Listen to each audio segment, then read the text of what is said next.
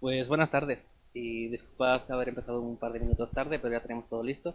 En principio esto lo podremos grabar y después quedará publicado en YouTube si hay consentimiento por todas las partes que salgan aquí.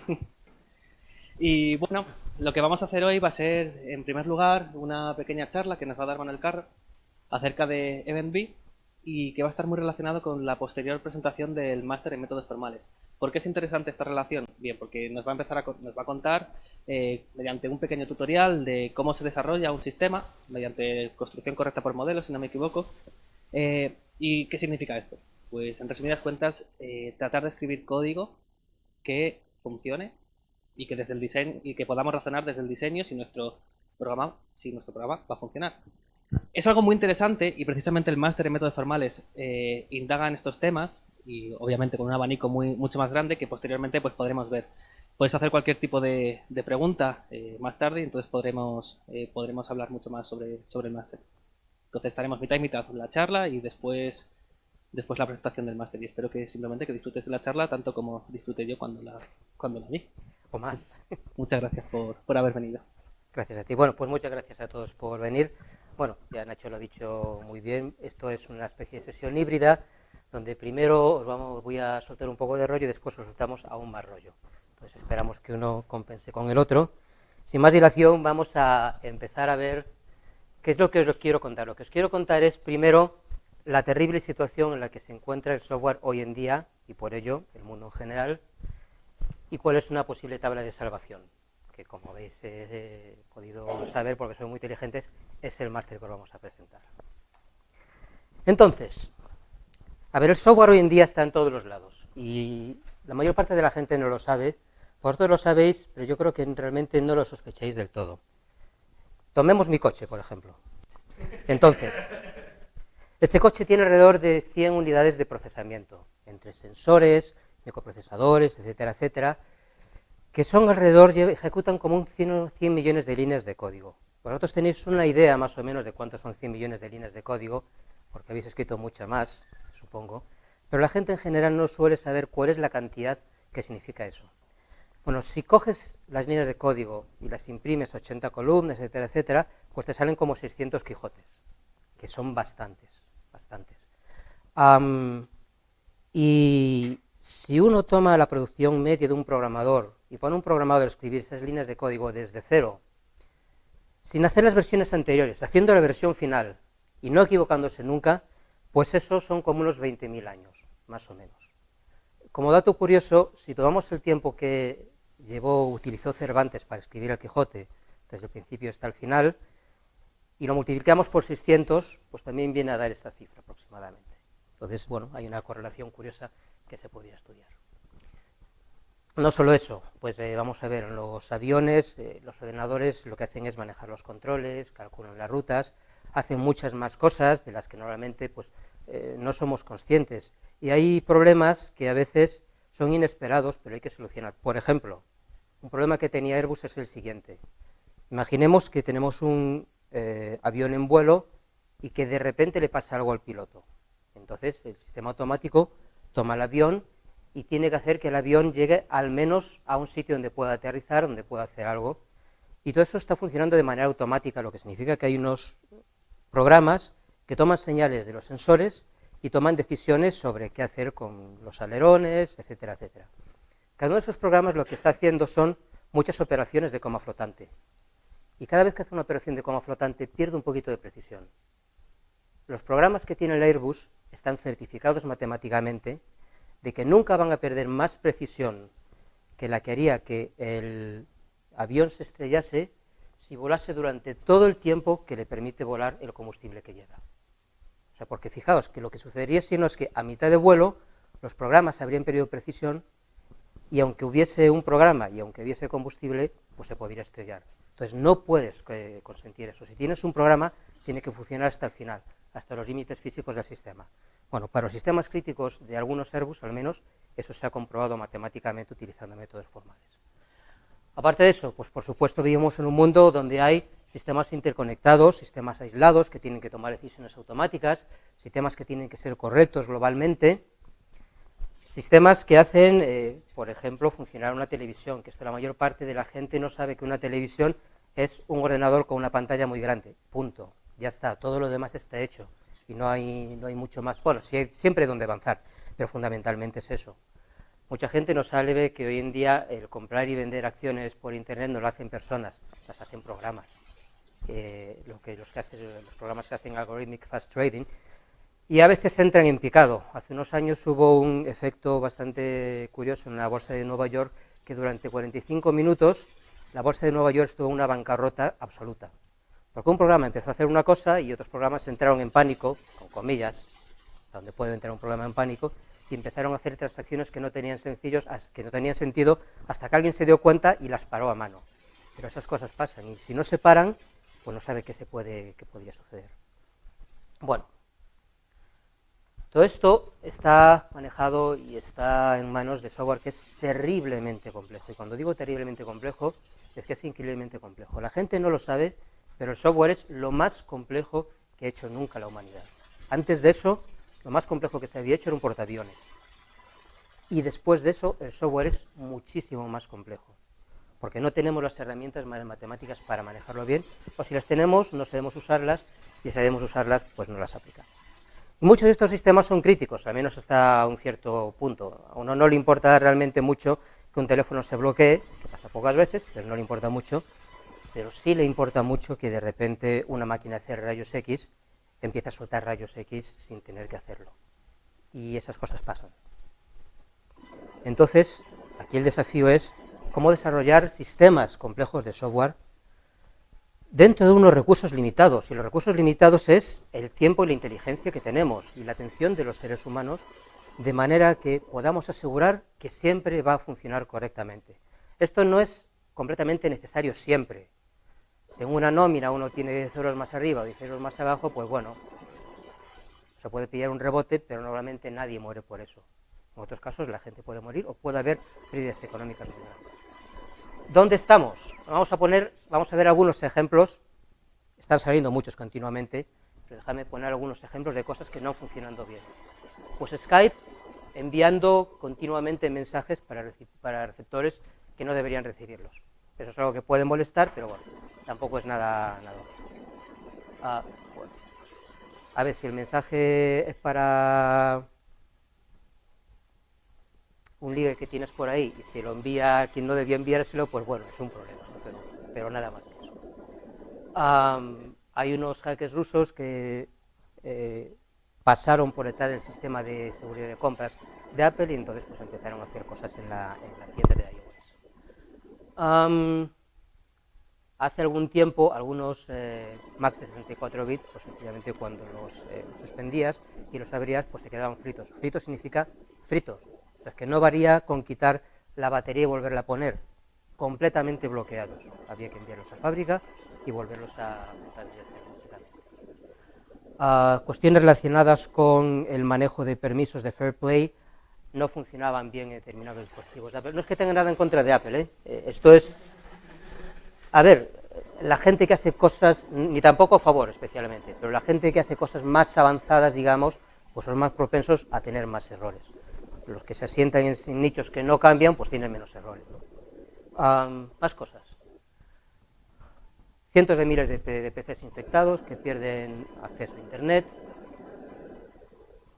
Centenares de miles de credenciales, y esto está saliendo continuamente, esto sale en Yahoo, pero está saliendo de otros muchos sitios que están expuestos.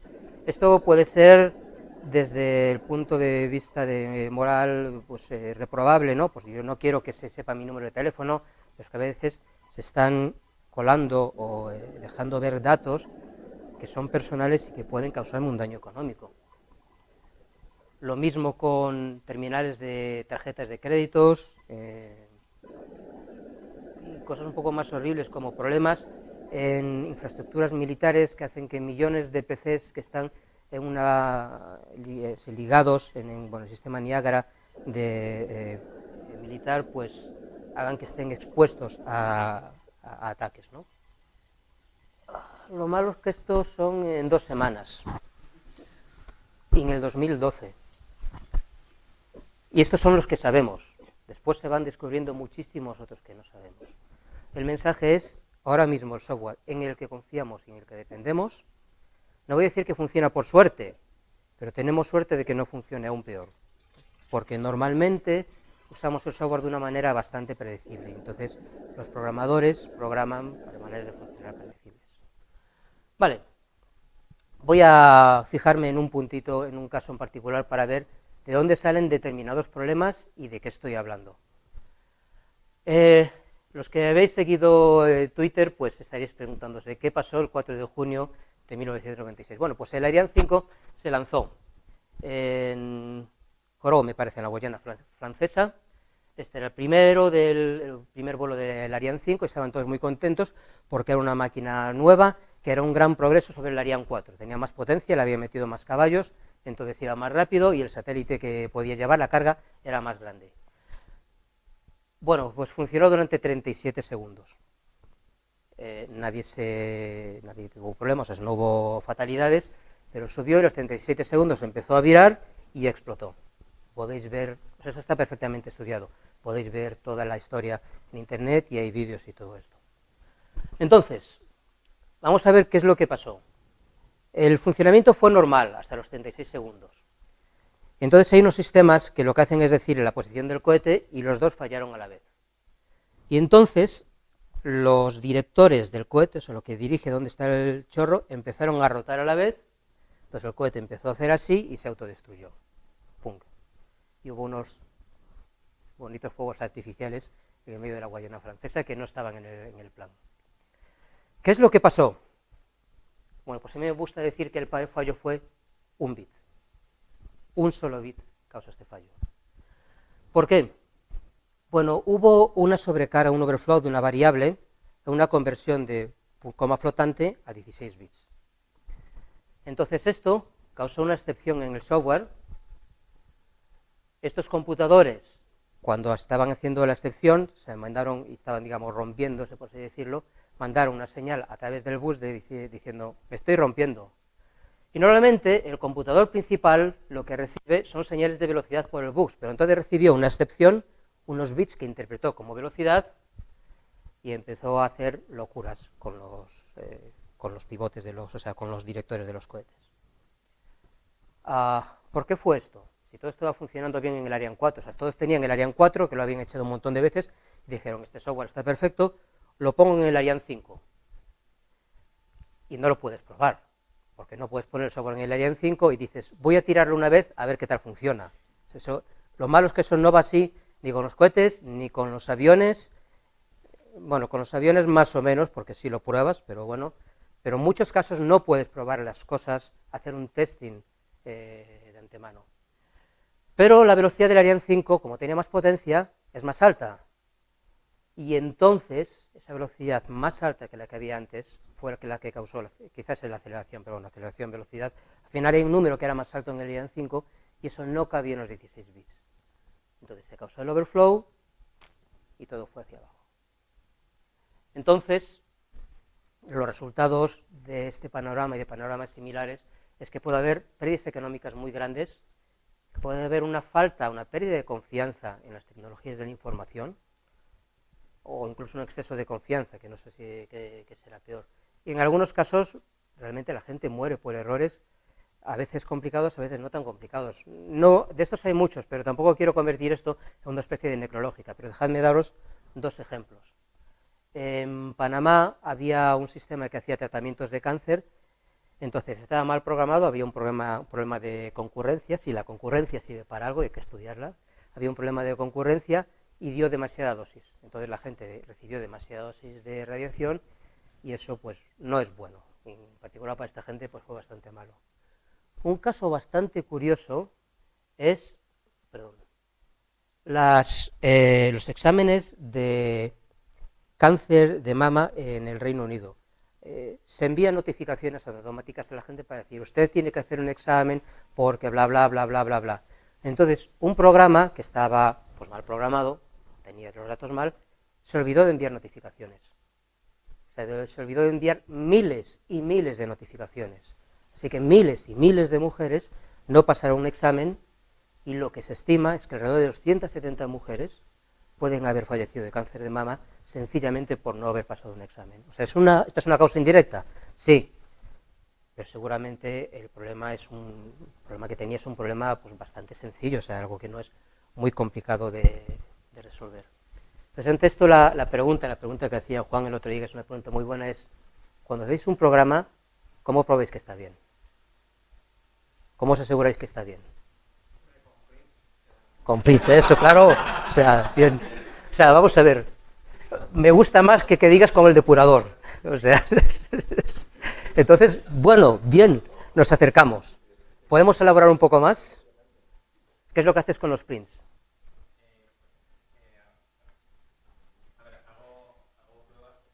No muy exhaustivas de los valores que toman las variables a lo largo de la ejecución del programa. Vale.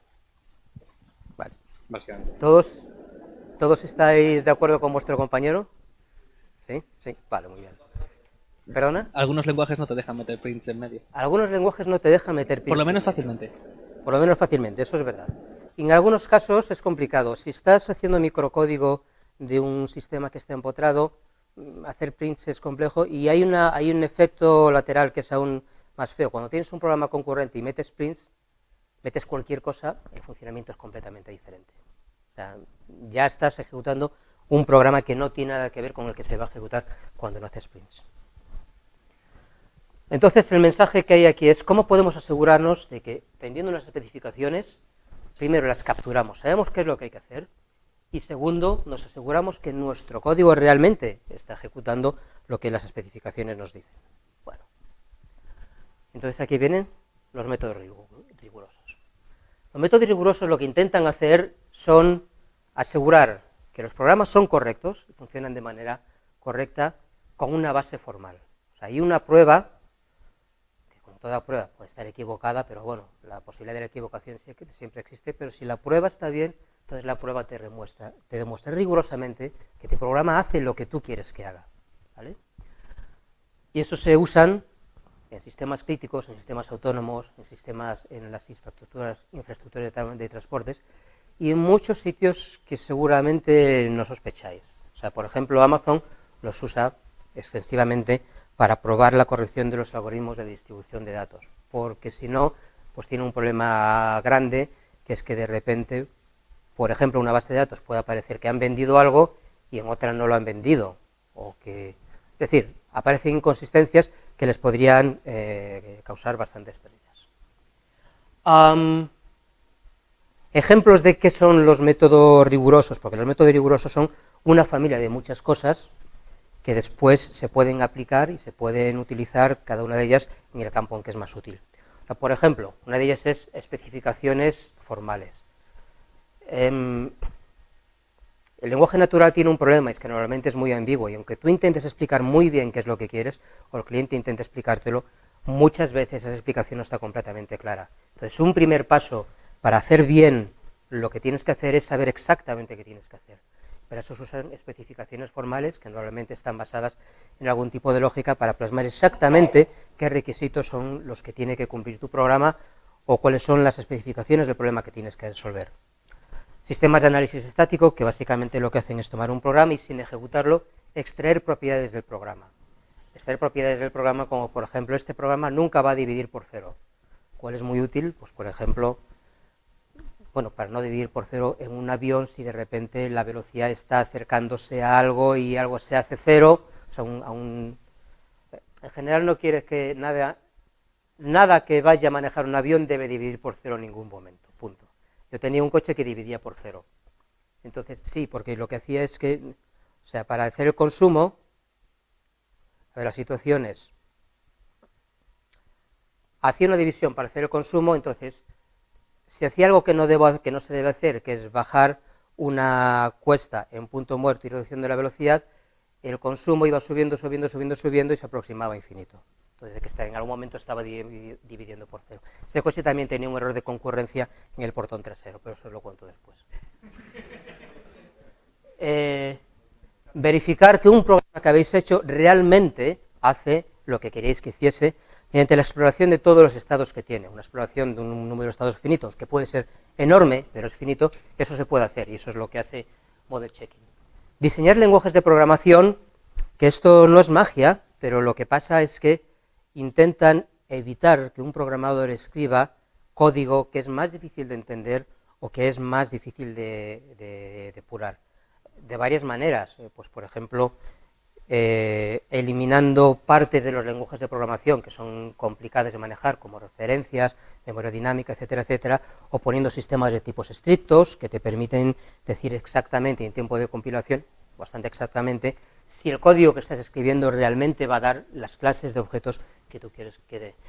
Y también sistemas alternativos de computación. Y aquí hay un campo que es bastante interesante, donde se está empezando a juntar sistemas alternativos de computación con paradigmas basados en métodos formales para intentar dar una capa de formalismo y para intentar dar una visión formal y un sustento formal y unas pruebas formales a esos métodos de computación, que pueden ser métodos de computación basados en biología, aprendizaje automático, programación, computación cuántica, etcétera, etcétera. Vale.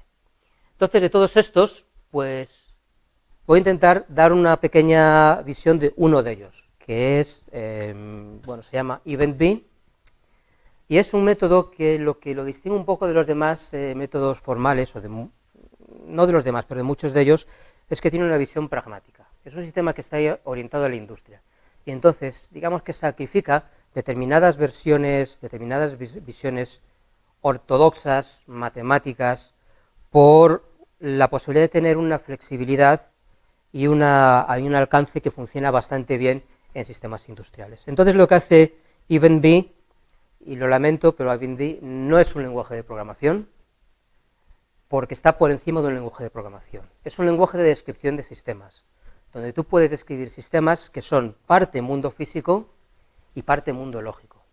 Y esas dos partes, el mundo físico y el mundo lógico, tienen que coexistir y tienen que hablar bien la una con la otra. Entonces, en un sistema que tú defines en EventB, en principio no hay distinción entre el mundo físico y el mundo lógico, y tú decides qué parte de ese sistema, qué parte de ese diseño, después se plasma en código, porque es lo que tiene que estar en código, y qué parte no es código, porque es un modelo de un coche, por ejemplo, ¿no? De cómo funciona un coche. Y para hacer ese paso de descripción del sistema a código, pues lo que hay son generadores de códigos automáticos. Es decir, cuando tienes un sistema que está suficientemente refinado, le das a un botón, te suelta código y decir, con suerte no. Si lo has hecho bien y está todo bien probado, pues el código debería funcionar en la primera. Entonces vamos a ver rápidamente qué es lo que suele suceder en los sistemas industriales para ver qué es lo que hay, la motivación detrás de EventB. O sea, primero, no suelen ser muy complejos. En general, un sistema industrial tiene su complejidad en determinados sitios, pero no necesitan algoritmos increíblemente detallados y minuciosos. Y los algoritmos y las estructuras de datos muchas veces no son complicadas. No siempre, pero muchas veces no son complicadas.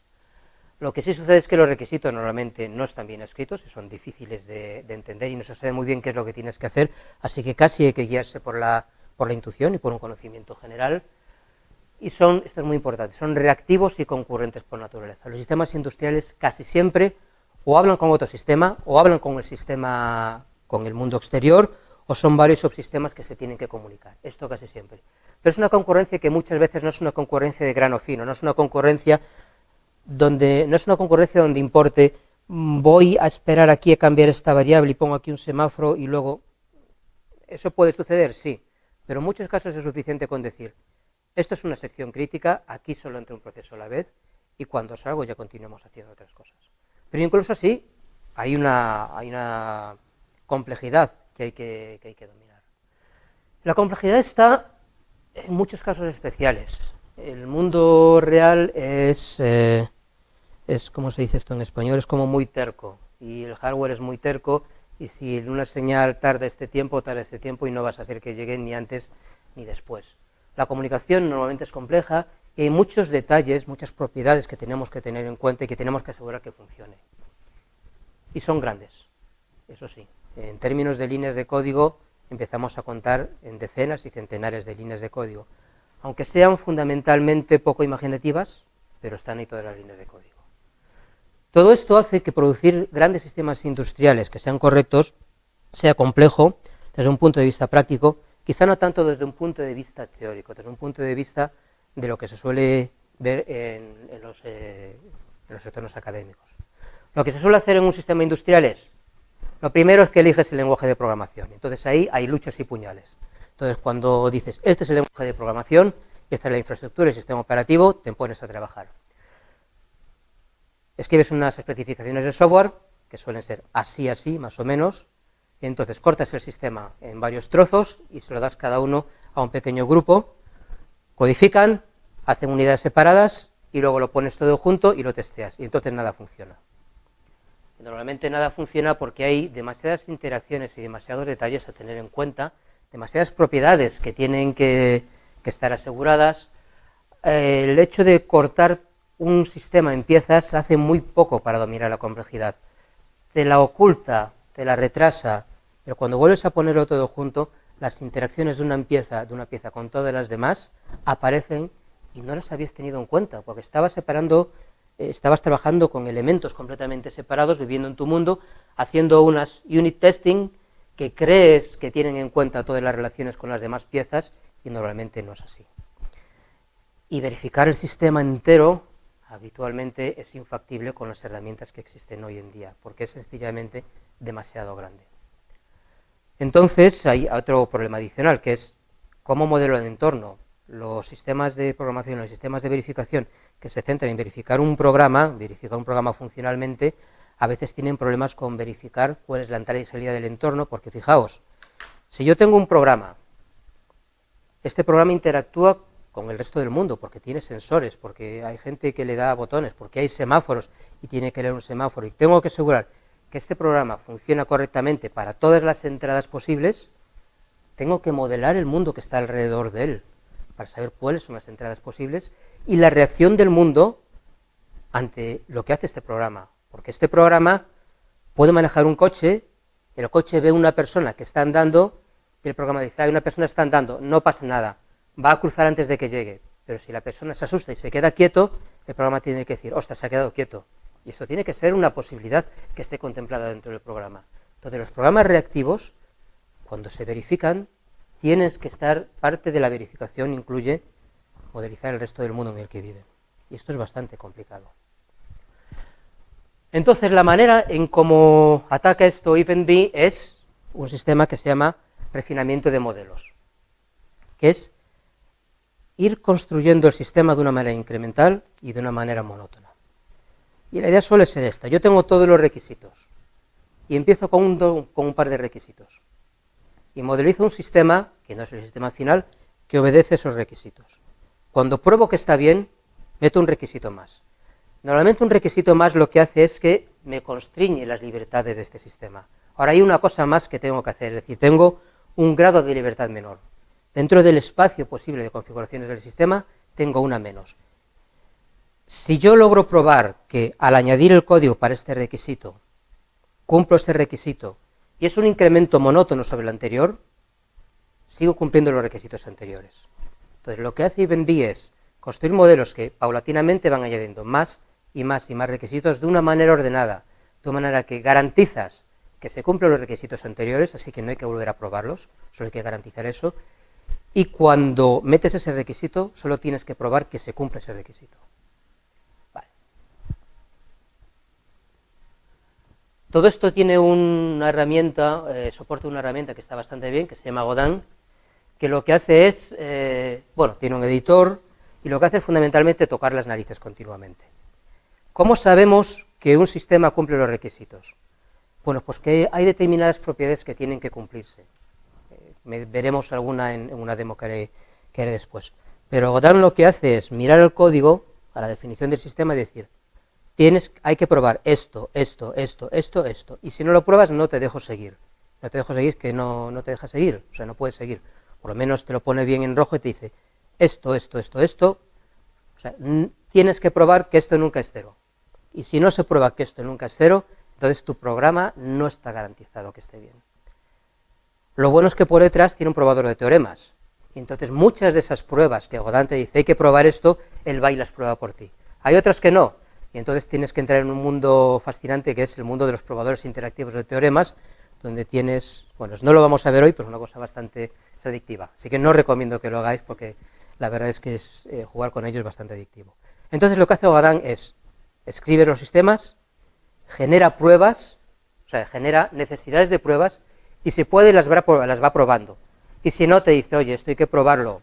O bien lo haces con este generador, con este probador interactivo de teoremas, o bien si realmente crees que esto está bien, dale un botón de confía en mí, esto está bien, y continuamos hacia adelante, pero continuamos bajo tu responsabilidad. Vale. Bueno, está generado, vamos a verlo ahora, porque tenemos aquí un vídeo bastante bonito de cómo funcionan estas cosas. Esto está basado en Eclipse, así que en interfaz os parecerá bastante, digamos, es habitual para muchos programadores. Vale, por hacer un resumen muy rápido de qué va EventB, EventB ve un sistema como un conjunto de estados a los que va saltando. Y un conjunto de estados son las variables de tu programa.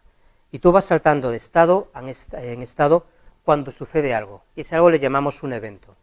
Y un evento es una unidad que dice, cuando los valores de las variables son estos, o sea, cumplen estas condiciones, entonces ejecuta estas acciones, que son básicamente asignaciones. Entonces, si estás en un estado inicial y se cumplen determinadas condiciones, entonces vas y saltas a otro estado.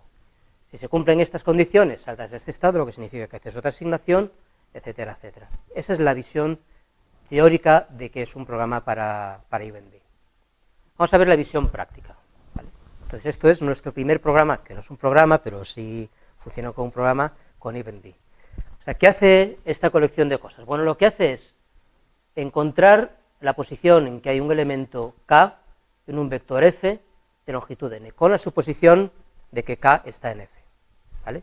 Tenemos el elemento dentro de ese vector y queremos saber dónde está. Entonces, las 4 partes que tenemos aquí son, vamos a empezar por la de arriba. Lo de arriba es decir, ¿de qué estoy hablando? Estoy hablando de que tengo una constante n, que es el tamaño del vector, y esto no cambia, es una constante. Aunque nosotros le llamemos variable, la podemos escribir con una variable, pero desde el punto de vista del funcionamiento del programa es constante, porque nunca va a cambiar. Tenemos un elemento que queremos encontrar, que está dentro del vector, que es también una constante, porque no lo vamos a cambiar. Tenemos el vector, que es una función que toma índices y nos da números, ¿vale? Cosas que son como se modeliza un vector en EventB, que tampoco va a cambiar, porque no lo tocamos. Y tenemos un axioma, una propiedad que me dice, hay un sitio dentro de este vector donde está lo que encontramos. Esto es la versión matemática de esta especificación. Una vez que tienes esto, si te fías de que esto esté reflejando fielmente lo que quieres decir aquí, olvidas esta parte y trabajas solo con esto. Tenemos una variable, que es el sitio donde está el elemento que buscamos. Esa variable la llamamos i y tiene que estar entre 1 y n. No hay ninguna otra posibilidad. Si se hace menor que 1, se hace mayor que n, entonces algo va mal en nuestro programa. Y de hecho, si nuestro programa tiene la posibilidad de hacerla menor que 1, mayor que n, EventB me va a decir, tienes un problema, tu programa está mal porque esta variable se puede salir de rango. ¿Qué es el programa, cómo funciona el programa o el sistema, el diseño que busca esta i que es igual a esta k, o sea, donde está, esta t, donde está esta k? Bueno, pues tiene 2 eventos, uno que dice, aún no lo he encontrado, y otro que dice, ya lo he encontrado. Entonces, el que no lo he encontrado dice, cuando se cumpla esto, que i sea menor que n y que f de i sea k, es decir, no he llegado al final y este elemento iésimo no es lo que estoy buscando, entonces se incrementa. Y otro que te dice, cuando el elemento i del vector f es igual a k, entonces skip significa no hagas nada. No significa para exactamente, significa no hagas nada, significa ya está encontrado.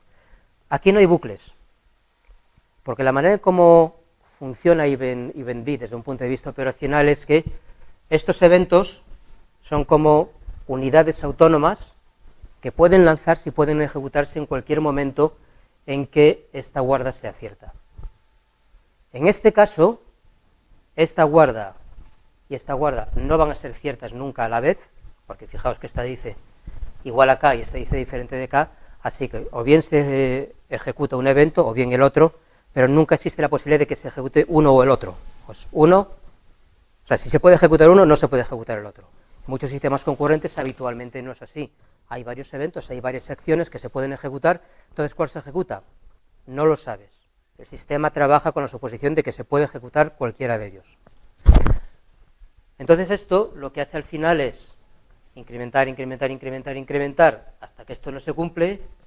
Como esto se cumple, has acabado. ¿Vale? ¿Está entendido este ejemplo? Porque después vamos a... El ejemplo largo, pues es un poco más largo, entonces es importante entender que esto, este evento y este evento son independientes. Esto sí, lo único que hay aquí son asignaciones, no hay bucles, no hay if then else's. De hecho ya tenemos aquí todas las estructuras de datos que hacen falta, o sea, no hace falta más que esto, y ya solo nos hace falta tener aquí parámetros, pero nada más. Esto es todo el lenguaje, digamos el lenguaje kernel con lo que se puede trabajar. Por supuesto, en algún momento, esto no lo he dicho, pero hay un momento donde se inicializa i, pues se pone i igual a 1, entonces el sistema arranca. Pero bueno, por brevedad no lo he puesto, pero por supuesto hay una inicialización. Entonces, vamos al ejemplo que va a ser el corazón del tutorial, que es el club del café. El club del café es una versión reducida de Groupon, o sea, uno puede tomar esto, y esto es el kernel de las ideas de Groupon, están aquí. Y uno puede, con un poco de esfuerzo más, puede modelizar Groupon y probar la corrección. Entonces, ¿qué requisitos tenemos? Bueno, esto por supuesto son requisitos que pues, son pues, todo lo formales que suelen ser los requisitos. Pues el café del club, a ver, ¿qué es lo que quiere hacer el café del club? Primero, para entenderlo. Pues esos señores son unos señores que dicen, nos gusta el café, pero nos gusta el café barato. Así que todos ponemos dinero. Hay alguien del café que toma ese dinero, se va un vendedor del café, no, del club, que toma ese dinero, se va un vendedor de café, compra grandes cantidades de café, pero los compra con descuento, porque en lugar de comprar taza a taza, los compra por kilos o por toneladas.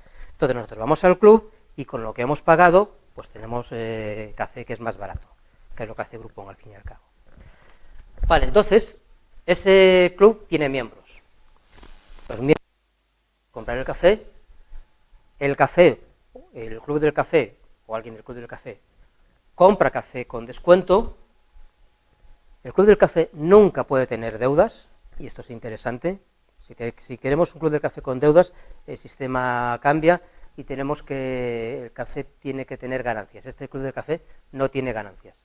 Si el club del café tiene ganancias, el sistema es bastante más interesante, pero también un poco más complicado. El café se compra pues, cuando le da la gana a un señor que es el presidente, entonces a lo mejor hay dinero, pero no hay café.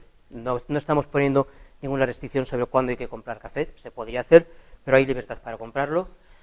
Y los miembros del club pues pueden pedir café porque para eso han pagado, de acuerdo con el dinero que hayan puesto. ¿Vale? Entonces vamos a poner unas suposiciones de simplificación, que es que vamos a poner que tenemos unidades de moneda y cada copa de café, o sea, cada taza de café vale una unidad de moneda, 1 euro, 1 céntimo, lo que queramos, lo que sea, para no tener multiplicaciones por ahí que lo que hacen es oscurecer el código. Y cuando yo voy y pido un café, siempre pido una taza de café. ¿Podría pedir 3 o 4? Sí, pero tampoco me añade nada al modelo. Y la estrategia que vamos a hacer para hacer un refinamiento progresivo es que vamos a tener 3 modelos. Aquí siempre hay varias maneras de refinar, pero bueno, vamos a poner una que funciona con 3 modelos. Primero, un modelo donde todos ponen dinero, digamos valor, fondos en una hucha común, pero no tenemos concepto de miembros y no tenemos distinción entre dinero y café. Uno pone algo, pone dinero, pone fondos y recibe café. Y otro, donde el siguiente, donde hay una distinción entre el café y el dinero, y un último, donde también sabemos, tenemos una distinción de que existen miembros del club y cada uno puede comprar de manera separada. Así que lo que primero que tenemos es un conjunto de señores que contribuyen con fondos a una caja común que vamos a llamar valor, y de aquí pues sale café. Y esta conversión entre fondos y café pues no va a estar especificada, pero si yo pongo fondos, entonces yo debería poder poner café, beber café. Bueno, pues vamos a ver cómo funciona esto. Entonces, como decía, el modelo inicial es simplemente un modelo donde tenemos un valor, lo que vamos a hacer es construir desde cero un modelo en Eventbee. Entonces esto es similar a Eclipse, porque esto está basado en Eclipse, con un montón de plugins y un montón de código por detrás. Lo primero que hacemos es definir, bueno, se le llama máquina. Los sitios donde van los eventos les llamamos máquinas en Eventbee. Esta es la máquina 0 del Coffee Club, y lo que hacemos es, ¿cuál es mi estado? Pues el valor de los fondos que hay. Es un value al que inicialmente decíamos, bueno, pues no tenemos fondos, así que le damos el valor de 0 y podemos arrancar. Y entonces empieza a dar problemas. Primer problema, yo no sé qué tipo tiene este valor, ¿de qué me estás hablando? O sea, ¿esto qué es? Bueno, aquí los tipos y todo lo que está relacionado con las propiedades son invariantes. Entonces, un invariante es, este valor siempre tiene que ser un número natural, lo que significa que lo que me preocupa es que no sea negativo. Porque recordad que el sistema, el Club del Café, no puede tener deudas, así que el valor siempre tiene que ser 0 o mayor que 0, ¿vale? Entonces el sistema me dice, tienes que ver que este invariante, de que eso es un número natural, se cumple. Está en verde, todo lo interesante pasa aquí, ¿eh? O sea, el código está bien, pero lo interesante pasa aquí. Está en verde, porque he dicho, es 0, el 0 es un número natural, así que de momento la propiedad que he dicho que se tiene que mantener está bien mantenida. Cuando alguien contribuye, pues pone una cantidad de dinero, entonces incremento esto con esta cantidad y me dice, no has dicho que es esa cantidad de dinero, ese AM, ¿de qué me estás hablando? Bueno, primero hay que decirle, esto es un parámetro del evento, lógicamente le estoy diciendo, existe una cantidad tal que es un parámetro al que le tengo que poner un tipo. ¿Dónde le pongo un tipo? Bueno, como ese parámetro es del evento, lo que hago es que se lo pongo en el evento. Le digo, es un número natural, después lo voy a cambiar, no quería haber puesto esto, pero como hacer vídeos lleva mucho tiempo, no quería empezar otra vez. Entonces digamos que es un número natural, y al decir, al decir que es un número natural, entonces me dice, esto está bien, porque si tengo un número natural y le sumo un número natural, valor va a seguir siendo un número natural. Entonces la siguiente cosa que tengo que poner es beber café. ¿Qué significa beber café en este entorno que tengo? Pues beber café significa quitar lo que he puesto. Y recordad que quitamos cafés de taza en taza. Podemos comprar más de una, pero cuando vamos a pedir, pedimos de una a una. Y me dice, aquí hay un fallo, tienes un problema. ¿Qué problema hay? El problema es que si le digo qué valor tiene que ser un número natural, y en un momento determinado valor es 0 y le resto 1, pues se me convierte en -1. Entonces me estoy diciendo, yo no he podido comprobar que este invariante se cumple. Así que lo que tengo que hacer es poner una guarda de manera que esa acción solo se puede llevar a cabo en los casos en los que es válida. En este caso lo que tengo que hacer es asegurar que el valor es mayor que 0. Digo que es mayor que 0, salvo y ping, verde. Todo lo importante pasa aquí. Ya os decía, esto es el centro de acción y de preocupaciones cuando escribimos a un Eventbee. Entonces este es si no me equivoco, este ya es el primer modelo. O sea, todas las pruebas están descargadas. Así una cosa que voy a hacer, es que la podía haber hecho antes, pero bueno, voy a hacer que eso sea mayor que 0, porque no tiene mucho sentido ir y contribuir con 0 monedas, 0 monedas, 0 monedas. No pasa nada porque sea mayor que 0 un número natural, las pruebas funcionan exactamente, pero es más lógico que sea algo mayor que 0. Vale. Esto es lo que hemos hecho, esto es nuestra primera versión. Siguiente paso. Bueno, a ver, explicaciones. Tipos, hemos visto números naturales, lo único que tiene Eventbee de manera nativa son números naturales mayores que 0, números enteros, que incluyen los negativos. Constantes, que pueden ser constantes aritméticas o no. Tú puedes decir, existen unas constantes y no les das tipo. Pertenecen a un conjunto abstracto de constantes, pero no son, digamos, ninguno de los tipos habitualmente reconocidos. Conjuntos. Podemos darle nombres a conjuntos de cosas sin decir exactamente qué tiene ese conjunto. Y luego veremos por qué es útil. Y luego relaciones, que son tuplas, o sea, conjuntos de tuplas, y de las relaciones se crean las funciones. Entonces todo sale de ahí. Las funciones inyectivas, sobreyectivas, biyectivas, etcétera, etcétera. Todos son casos particulares de conjuntos de tuplas.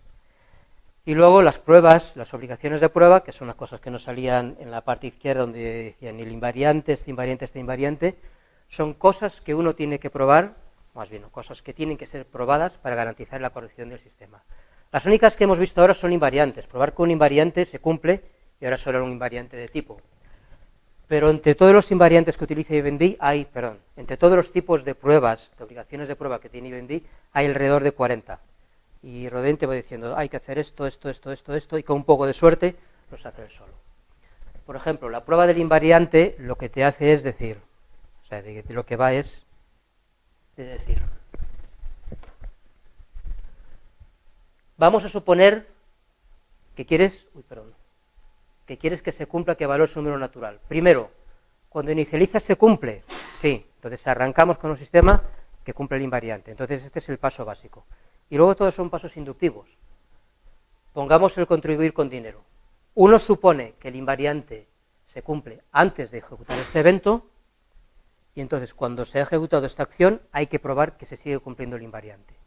Si tengo un valor que es un número natural y le sumo un número que es mayor que 0, este valor sigue siendo natural, no se puede hacer negativo. Entonces con eso pruebo que el invariante se cumple. Y eso se hace para cada invariante y para cada evento, pero la gracia es que cada invariante y cada evento se trata de manera separada y de manera independiente de los demás invariantes y los demás eventos, uno por uno, lo que hace que si el sistema crece y se hace más complicado, no crecen las interrelaciones entre eventos y entre invariantes. Cada uno se trata de invariante, evento, invariante, evento, invariante, evento, y luego el siguiente invariante. Y puedes tratarlos uno por uno, o sea, digamos invariante, invariante y evento por evento. Vale. Los siguientes que vamos a separar del café. Y separar del café significa que necesitamos una conversión de dinero en café. Y una conversión de dinero en café se llama comprar.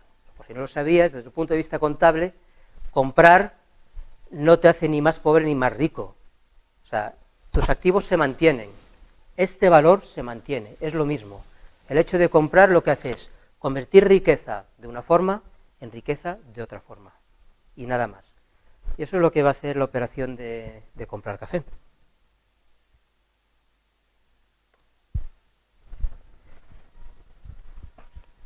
Entonces, ¿qué tenemos que hacer? Bueno, pues como tenemos dos entidades, bueno, vamos a hacer una cosa bastante curiosa, que es, vamos a decirle a IBM, vamos a refinar el modelo 0 para dar el modelo 1. Y entonces, me vais a permitir que pare. Lo que tenemos aquí es lo que habíamos hecho antes, pero las partes que habíamos hecho antes están así como en gris. Y eso es lo que teníamos antes y sobre lo que vamos a construir el nuevo modelo. Esto es como si existiese, pero de una manera, digamos, un poco fantasmagórica, ¿vale? Y veremos por qué digo eso. Entonces, sobre este modelo lo que tengo que hacer es poner las variables para nuestro nuevo modelo, que son el dinero, cash, y el café. Y, por supuesto, decidir cuáles son los tipos adecuados para esas variables, cuáles son los invariantes que tienen que cubrir. Entonces, igual que teníamos antes, de manera no nada sorprendente, pues el dinero es un número entero y el café pues es un número entero. Los dos están midiéndose en las mismas unidades.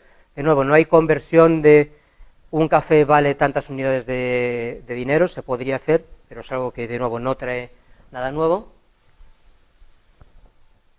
Y el más importante de todos, que es el que define la operación de comprar el café. Comprar es una conversión de riqueza de algo en algo.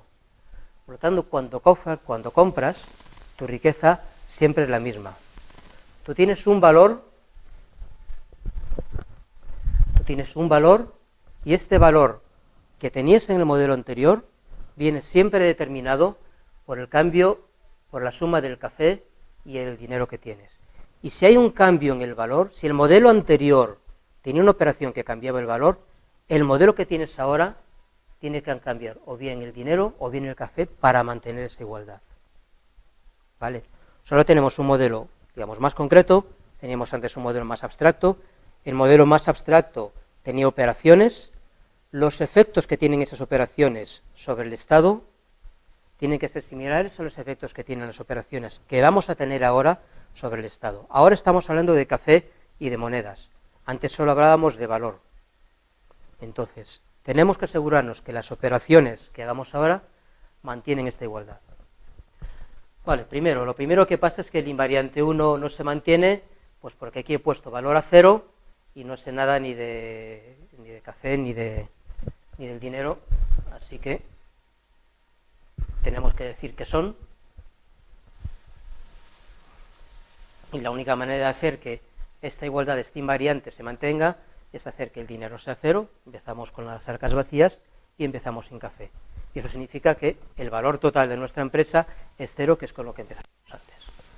Entonces, detrás de eso, pues la inicialización cumple todos los invariantes.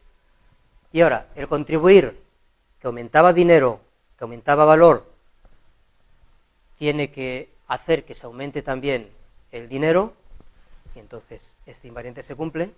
Y lo mismo con beber café. Antes estábamos al beber café disminuyendo el valor de la empresa, y ahora tenemos que hacer una disminución similar y la hacemos en el café. ¿Vale? Entonces hacemos eso, bueno, ya está, pero no, me dice, el invariante 2 no se está cumpliendo. Bueno, vamos a ver qué es el invariante 2. ¿Veis cómo toca un poco las narices? Pero es por una buena razón. El invariante 2 lo que me dice es, el café tiene que ser un número natural, es decir, no puede ser negativo. Y aquí estoy disminuyendo el café sin asegurarme de que realmente tengo café, alguien ha comprado café. Entonces tengo que asegurarme de que realmente hay café. Si no hay café, bueno, pues alguien tendrá que ir a comprarlo, pero tengo que asegurarme de que hay café. Y entonces con esto, el sistema dice, sí, estás bien, todo está correcto. Sí, después vamos a eso. Sí, después vamos a verlo. Y eso es la clave del refinamiento. Muy bien. Nos falta una operación, está atendiendo. Entonces tenemos que comprar café, que era la operación que no existía antes, que no estamos refinando, porque la estamos creando desde cero. Entonces comprar café, lo único que hace es tomar el dinero y convertirlo en café. Entonces tenemos que tener una cantidad de café. Pues decidimos que tenemos una cantidad de dinero que comprar, reducimos la cantidad de dinero que tenemos en esa cantidad, el café en esa misma cantidad. ¿Vale? Y entonces esto, punto 1, si os fijáis, esta operación preserva el valor de café más dinero.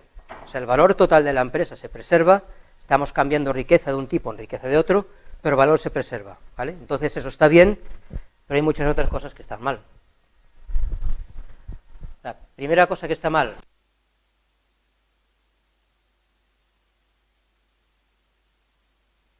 compras una cantidad que sea un número natural, no menos 3 tazas, menos 3 bolsas de café, entonces compras un número natural. Y entonces el sistema va y te dice, sí, porque entonces el invariante 1 lo estás violando. Bueno, vale, bien. Pues vamos al invariante 1. ¿Qué me dice el invariante 1? El invariante 1 me dice, el dinero no puede ser negativo, porque no puedes incurrir en deudas. Vale. Entonces, claro, aquí yo podría restar en principio un número cualquiera. Yo podría tener 1000 unidades y 1 millón de bolsas de café. Así que, pues no, o sea, no compro más de lo que tengo. Entonces me dice, sí, pero es que ahora el invariante 2, pues no se preserva. Pues vamos a ver el invariante 2. El invariante 2 me dice, es que el café tampoco puede ser negativo. Y no piensa, ¿cómo puede ser negativo el café? Pues porque está restando. ¿Perdón? Ah, no, porque esto puede ser negativo. Entonces lo que tengo que hacer es decir, bien, pues tiene que ser un número positivo, que lo tenía antes, pero al corregir un error pues he metido otro, ¿no? Que eso pasa muchas veces. Entonces, tiene que ser un número positivo y además mayor que 0, o sea, positivo, estrictamente positivo, y tiene que ser menor que lo que tengo. Y con esto,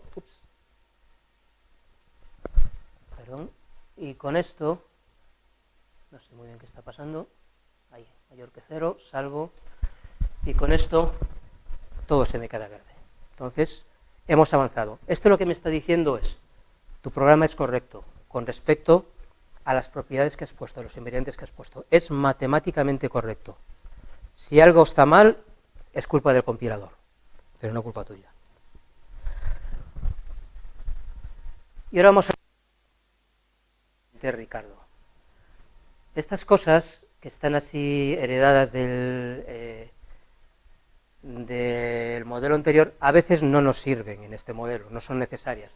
Por ejemplo, valor no lo estamos utilizando para nada, porque nos estamos basando en utilizar cash and coffee. Entonces, borro valor, aparecen montones de errores, y me pongo a eliminar valor de todos los sitios donde aparece. Esto hay que hacerlo con cuidado, porque a veces puedes eliminar unas variables, a veces no. Pero en general, las variables que aparecen en modelos anteriores y que no utilizas en este modelo, un modelo particular, puedes irlas eliminando. Entonces, conforme vas yendo de evento a evento, vas eliminando los sitios donde aparece este valor.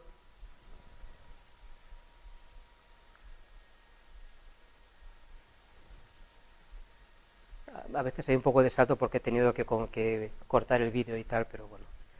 Eliminas este valor de aquí, salvas, todo está bien, y acá aparece una cosa bastante interesante, que es que si os fijáis, entre todas las pruebas que aparecían, que son pruebas de invariante, invariante, invariante, invariante, invariante, invariante, que son las que teníamos, ahora tenemos una prueba que es GRD, que se llama Strengthening, que lo que dice es lo siguiente, y esto es un punto fundamental en este tipo de desarrollos. Tú haces un modelo abstracto y lo defines para un modelo concreto. Este modelo abstracto tiene que cubrir todas las posibilidades de evolución de tu sistema. Y cuando pones un requisito más, el modelo concreto quita algunas de esas posibilidades de evolución porque tienes más requisitos que cumplir. Entonces, tienes que asegurar que las operaciones correspondientes entre los dos modelos, cuando pasas del abstracto al concreto, cuando haces esa nueva operación, no estás introduciendo posibilidades o estados que tenías antes, porque la suposición es que tú partes de un conjunto de estados que son todos los que pueden pasar, y siempre va restringiendo. Cuando las guardas, o sea, las guardas de los eventos son los que te definen qué transiciones puedes tener y qué estados puedes generar. Cuando las guardas son iguales, por ejemplo, esta guarda de aquí es la misma que había en el modelo anterior. Entonces, esta, digamos que es los estados a los que puede evolucionar la operación de contribuir no pueden ser más que los estados a los que se evolucionaba antes, porque la guarda es la misma. Pero aquí hemos cambiado la guarda. Antes ponía valor mayor que 0. Y ahora hemos puesto valor mayor que 0, café mayor que 0. Esa está bien porque es más restrictiva, pero después he quitado valor mayor que 0. Entonces tengo que probar que esta guarda, que es distinta de la anterior, no me permite evolucionar estados que antes no existían. Entonces, como tengo la relación entre café, dinero y valor, ese invariante, junto con esta guarda, implica la invariante anterior, que es lo que decía antes. Y por eso este relacionamiento está bien hecho. No, pero se ve desde el primero. Sí, sí. Sigue habiendo un invariante que relaciona las variables del modelo anterior con las nuevas. Y entonces vas haciendo un refinamiento basándote en esos invariantes que tienen un nombre especial, y se te han dado de una manera especial, para asegurar que los nuevos refinamientos no contradicen lo que has dicho en modelos anteriores. Y eso te permite simplificar el código y simplificar las guardas. Vale.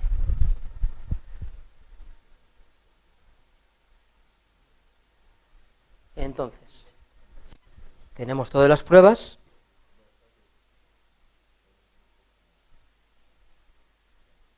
Esto es todo el sistema que tenemos hasta ahora. Y vamos al último paso, que es que pues vamos a meter los clientes. Y meter los clientes significa que cada cliente tiene una cuenta, tiene una noción de una cuenta, del dinero que él tiene. De ese dinero se hace, y de esa caja común se compra café, que está en una caja común, pero este café sigue de alguna manera atado al cliente, de manera que cada uno puede pedir café de acuerdo con lo que ha contribuido, pero se usa lo que han contribuido todos para después comprar el café que es de todos, pero cada uno tiene derecho explícito, o sea, a sus tazas. Vale. Entonces, ¿cómo lo hacemos? Esto es un paso un pelín más complicado, porque tenemos que introducir primero la idea de miembros y después la idea de qué es lo que tiene o qué es lo que le pertenece a cada miembro. Y eso lo hacemos pues mediante una variable que vamos a llamar account, que es la cuenta de cada uno de los miembros, y esa variable va a ser una función que asigna a cada miembro lo que. Entonces, lo que quiere decir esta notación es que account es una de las funciones que va entre el conjunto de miembros y el conjunto de números naturales. De aquí lo tengo todo, excepto este conjunto. Y eso es un conjunto abstracto. Yo no quiero decir cuáles son los miembros, ni quiero asignarles ninguna propiedad en particular. No quiero decir que son números, ni que son letras, ni cadenas de caracteres. En realidad no quiero decir nada de ellos. No me interesa nada de los miembros. Solo que son diferentes entre sí. Los elementos de un conjunto son diferentes entre sí. Así que me creo un conjunto abstracto que se llama miembros. La manera que tiene EventB de hacer esas cosas es, se separa ese conjunto abstracto en un fichero separado que se llama un contexto, donde vienen constantes y axiomas, y ahí digo, me creo un conjunto, un carrier, un conjunto abstracto, define otras cosas, que es el conjunto de identificadores de miembros. No digo qué es lo que hay, y no lo que digo es que es una razón de infinito, y algunas cosas las puedo probar en conjuntos finitos y en conjuntos infinitos. Así que tengo que decirle a mi modelo que vea el contexto, es decir, que acceda como si fuese un include de un punto H o algo así, y a partir de aquí veo las obligaciones de prueba y lo que me dice es, bueno, no sé cuál es el valor inicial de esta cuenta, pues suponemos que no hay miembros en un principio. Está vacío, no hay ningún miembro, y la manera de decir que esta función está vacía es decir, es un conjunto vacío. Es un conjunto vacío de tuplas, miembros y cuenta de cada miembro. Entonces lo que tenemos que hacer ahora es que la contribución de cada miembro tenga no solo una cantidad, sino también qué miembro está contribuyendo. ¿Eso cómo lo hago? Pues añado un parámetro más, que es m, que debe ser un miembro del club. ¿Y cómo sé que es un miembro del club? Pues porque pertenece al dominio de la función de las cuentas. O sea, tengo unas cuentas que van de miembros en dinero, y digo que m tiene que estar dentro de del dominio de cuentas. Con eso ya me aseguro que m es un miembro del club. Y cuando m pone algo en la caja común, pues también lo pone en su cuenta. Así que digo, la cuenta que tiene m, el valor de la cuenta de m, es lo que tenía antes más lo que acabamos de poner. Entonces, la función y convierte una función account en otra función diferente. O sea, la visión no es que esté incrementando una variable o incrementando un vector, sino que estoy yendo de una función que tenía un mapping a otra función distinta que tiene un mapping distinto. Y lo mismo hago cuando se bebe el café. El café lo bebe un miembro, que tiene que ser un miembro del club, y cuando este miembro del club bebe café, lo que hacemos es disminuir la cantidad de café que puede beber. Entonces, de manera similar a antes, pues account de m es account de m menos esa cantidad, bueno, menos 1, porque vemos las tazas de 1 en 1. Vale. Si vemos lo que sucede aquí, pues todo va bien, excepto que me dice, no todo va bien. O sea, aquí hay un variante que no estás cumpliendo.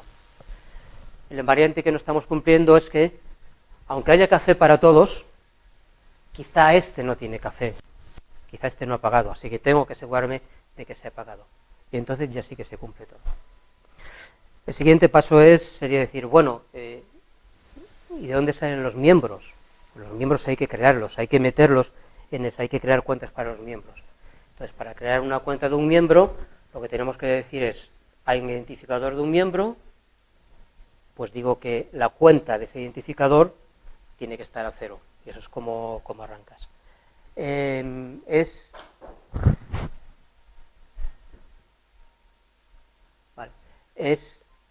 interesante. Aquí no va, en este momento no va a salir, o sea, por supuesto hay que decir cuál es el tipo. Con estos invariantes no va a salir, pero luego vamos a ver cómo hacer que salga. Por un lado, tengo que asegurarme de que esto sea del tipo de los miembros, y por otra parte tengo que asegurarme que no sea un miembro existente. Eso lo hago diciendo que m no tiene que estar dentro del dominio de account, y con esta Con estos invariantes que tengo ahora, si no pusiese esto de aquí, el sistema no lo detectaría, ¿vale? No detectaría que no hay... El sistema no detectaría que estoy intentando meter dentro de las cuentas a un miembro que ya existe. En particular, hay cosas que no estamos teniendo en cuenta en este momento, que es, ¿cómo puedo asegurarme de que el café que yo he pagado va a estar disponible? Porque en ningún sitio estoy teniendo en cuenta o estoy especificando este tipo de invariantes. O sea, uno quiere que esto suceda. Para todo elemento, o sea, para todo miembro, tengo que tener siempre café o dinero suficiente para la cuenta de ese miembro. Es decir, si yo voy a pedir café, o bien hay café o bien tienen mi dinero. Y si tú vas a pedir café, hay que asegurar que o bien hay ese café o bien hay ese dinero. O sea, no puede ser que un miembro aparezca en el club del café y le digan, ah, es que no tenemos, cuando él ha pagado, cuando él tiene algo en la cuenta, cuando él ha pagado y no ha consumido. Entonces este es un invariante que querríamos poner, que de hecho lo podemos poner, y la gracia es que lo podemos poner tal y como lo hemos escrito. Eso no puede decir, para todo m, que esté en el dominio, o sea, que sea un miembro, que esté en el dominio de las cuentas, pues quiero que sea verdad que el dinero más el café sea mayor o igual que lo que tiene ese miembro. Perdón.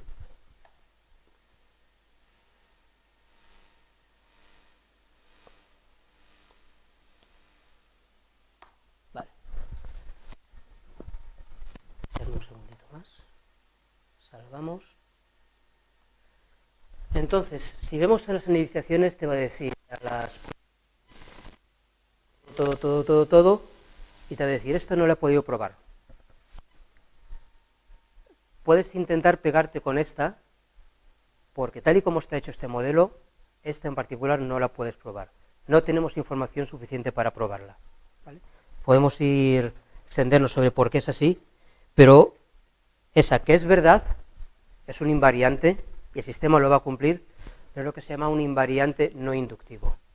No tienes variables y no tienes información para probar ese invariante. Tienes que hacer otras cosas, tienes que poner invariantes más potentes, tienes que poner información adicional. En particular, lo que se puede hacer en GivenB, pero no lo voy a hacer porque eso sería continuar y continuar, es probar esta propiedad que es la que quieres probar. Que en cualquier momento la suma de las cuentas es igual a cash, todo lo que hay en dinero, y todo lo que hay en café. No se puede poner ese invariante y el sistema, con un poquito de ayuda, porque es un poco más complicado, lo prueba. Si uno prueba esto, este queda probado y además quedan probadas, digamos, capturaría otros errores que ahora uno podría cometer y que no se hubiesen capturado.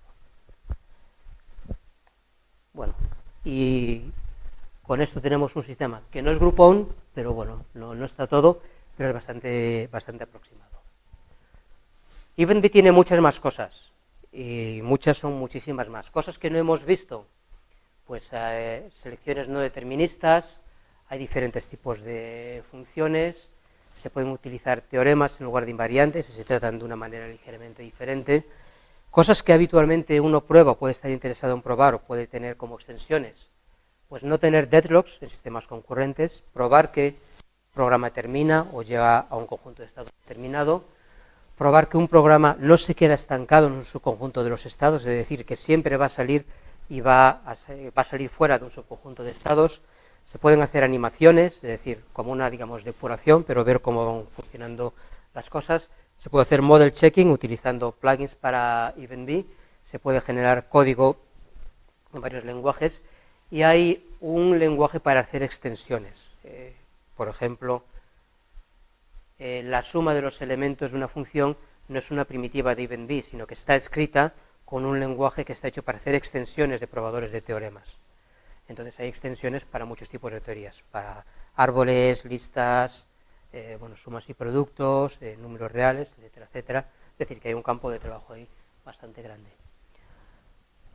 y se ha aplicado bastante en sistemas industriales, desde pues, trenes, grids significa las redes de interconexión eléctrica para comprobar que las interconexiones eléctricas están bien hechas, sistemas de control de manejo automático de automóviles, que se ha utilizado en muchísimos sitios. Bueno, el ejemplo clásico que yo creo que no está aquí es: ¿alguno de vosotros ha estado en la línea 14 del metro de París?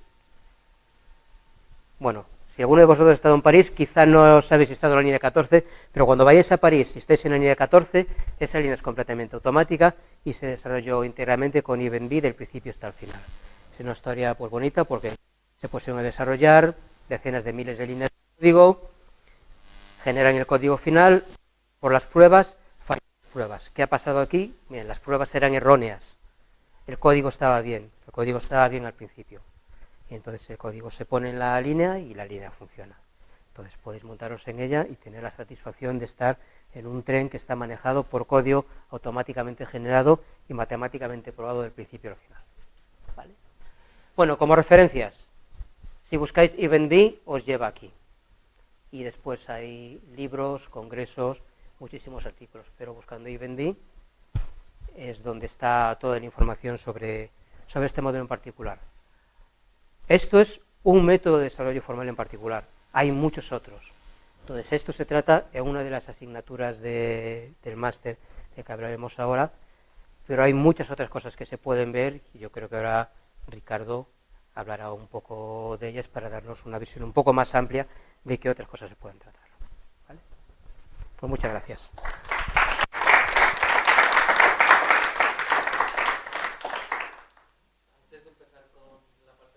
Máster, ¿hay alguna pregunta que queráis hacer? Buenas. En los fragmentos de código que has puesto de EvenB, en varias de las partes, si no recuerdo mal de los invariantes, ponía not theorem. ¿Qué Vale. significa? Hay algunos invariantes, algunas fórmulas, que yo no necesito probar para asegurar que el sistema está bien, pero que pueden ayudarme a probar como resultados intermedios. Entonces, si los marcas como theorem, lo que hace es intenta probar que son ciertos a partir del resto de los invariantes, o sea que son deducciones lógicas de los demás, y entonces puede utilizarlos para probar otros invariantes o para probar otras propiedades, pero no los utiliza como invariantes. Es como si fuesen lemas en matemáticas, por así decirlo. ¿Vale? Por eso unos son theorem y otros no theorem. No theorem es que tienes que arrancar desde cero e intentar verificar siempre que se están cumpliendo. Cuando los pones como theorem es que estás deduciendo los de los demás y una vez que los que están deducidos puedes utilizarlos para comprobar otras propiedades. Vale, gracias. ¿Alguna pregunta más? No, pues si no empezamos con la línea que para de aquí, porque vais a conocer un máster que está precisamente, como ya he comentado, pues muy relacionado con lo que hemos visto, y que si lo conocéis un poco, y si todavía no estáis en cuarto, aunque estéis en cuarto y os quede cosas de y estéis en cuarto factorial, pues es un máster bastante reciente que seguro que puede que os interese cuando os toque ir por estos lugares. Espera, te voy a cambiar.